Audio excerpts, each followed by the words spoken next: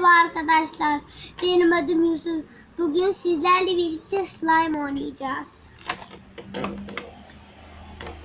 Bu arada yarın bayram. Çok mutluyuz. Slime'ını yaptığını aldın mı? Aldım. Hazır slime'ımı aldım. Mesela bir hafta sonra da kendimiz büyük bir slime yapacağız. Evet. İnşallah videomuzu beğenirsiniz. 100 kilo. 100 kiloluk slime.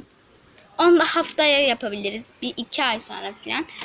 600 kiloluk da yapabiliriz. Böyle büyük slime'lar 1000 yapacağız. kilo da yapabiliriz. Ama onları yapmayalım bence. Sonra bozuluyorlar. Sonra normal slime challenge'ları çekeceğiz. Hatta biz anneannemgile de gideceğiz. Kuzenlerimize bir slime yaparız. Vlog çekeriz değil mi? Şimdi açıyorum. Oo, çok güzel olmuş. Seni görelim. Oo, Yusuf.